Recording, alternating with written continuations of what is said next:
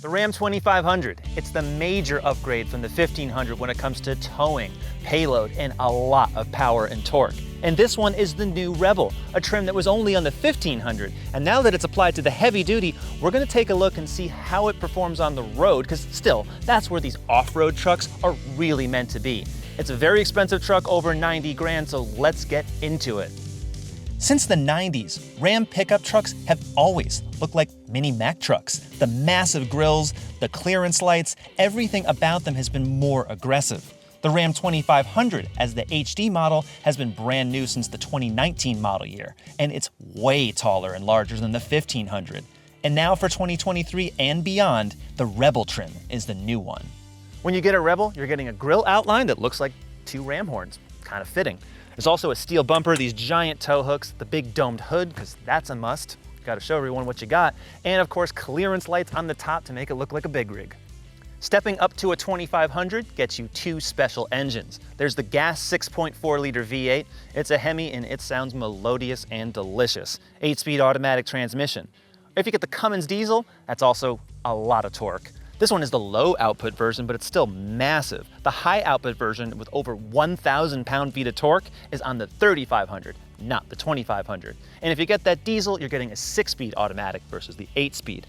4-wheel drive is standard on most of the upper trims. On certain models, you can get a 4x2 configuration, but you got something like this, go with the 4x4. New for the 23 model year and beyond is the Rebel. That was formerly a trim that was only on the 1500 and it's now on the 2500. It's basically like a Power Wagon Light, so you don't get the disconnecting front sway bar or the electronic locking front differential. You still get one in the rear. But what you're getting, over 11 inches of ground clearance, 33-inch all-terrain tires, these special two-tone 20-inch wheels, 18s are also available, and skid plates for the fuel tank and the transfer case. It looks pretty mean, it definitely does. There's 3 cabs and 2 bed sizes on the Ram 2500. This is the 6-foot 4-inch bed with the crew cab. On the regular and crew cabs, you can also get the longer 8-foot. And there's something special if you order the mega cab. It extends the back door here by a few inches. So when you sit inside, it feels like you're riding in a Rolls Royce because your head is actually behind the glass. Really amazing legroom, super luxurious, not available in any other truck. New for 2023 are power extending tow mirrors. The power function wasn't there before. The power convex mirrors down here were. Really nice feature. I like this darker red paint. This one has the Ram box. That's a nice feature where you can lock things on the outside of the truck. It does take away some space on the inside, which is why it's optional. So if you do want more bed space, don't order these. Now on this trim, it also has a limited slip differential in the back. And back here is a more advanced suspension setup than you'll find in most any HD pickup truck. This is a coil spring setup with multi-link, so it is a live rear axle, but all those other elements keep the road holding a little bit better than you'll find in other HD trucks. You can also get a self-leveling rear air suspension that you can adjust from inside the cab to lower this whole back of the truck when you're towing and fitting a trailer. Now you can see what I'm talking about these Ram boxes. They intrude several inches on either side of the bed. So this is certainly narrower than a lot of other HD trucks with this specification. But you get the spray-in bed liner. This one does not have the gooseneck towing package. You can add that, of course. And all these little adjustable cleats, that's all nice. The tonneau cover, of course, as a factory accessory. The bed is pretty good. It's just very difficult on this truck because it's more than 11 inches tall off the ground to really step inside it. The Ram 2500 has long been one of my favorite interiors, but not here. The Rebel just doesn't have the same leather quality as upper trims for the same amount of money. But if you're getting a Rebel, you also can get a center jump seat. A unique feature in the Ram, a 12-inch vertical touchscreen. That's a nice feature, especially when you're using the maps. And everywhere else, it's just nicely designed. It feels more like an SUV than a full-size truck, and that's, I think, where this really shines. Not much has changed since the 2019 redesign, but that doesn't matter because this is a pretty good-looking interior, especially on an HD truck. And new now, rear view mirror, if you get the digital option, it'll show the side camera views splitting from either end. That's a nice technical upgrade. The back seat of a Ram 2500, it's a pretty nice place to be. Legroom, headroom, and if you order the panoramic moonroof, you get all the sky views. This one doesn't have that. It also doesn't have the finer stitching that you'll find on models like the Limited. But still, you get all the rear air vents, heated seats, and a full AC power outlet. A new feature on Ram HD models, more camera views, and also trailer reverse guidance that will automatically help steer you and help you activate the trailer features. That's another nice new feature. There's also just really a lot of nice cameras that you can put on, including auxiliary cameras. The vertical touchscreen is actually a pretty nice feature because there's still manual volume and tuning knobs and some manual climate controls here and a bunch of toggle switches down here. You can customize how this looks, but just like any other system with Uconnect, it works pretty well as it is. There's also plenty of options, especially on the Rebel. You're getting all these special accessory gauges for off-road use. I don't think you want to take this truck off-road unless you have a whole lot of road to use. And if you want to see vehicle functions by the app, you can do it this way. This system has been thoughtfully redesigned over the years, and I do like how it looks. Plus, there's Wi-Fi and Alexa. Also a new feature, a fully digital 12-inch instrument panel that has much better legibility and is more customizable than what you'll find in other current Stellantis model year vehicles. Check this out.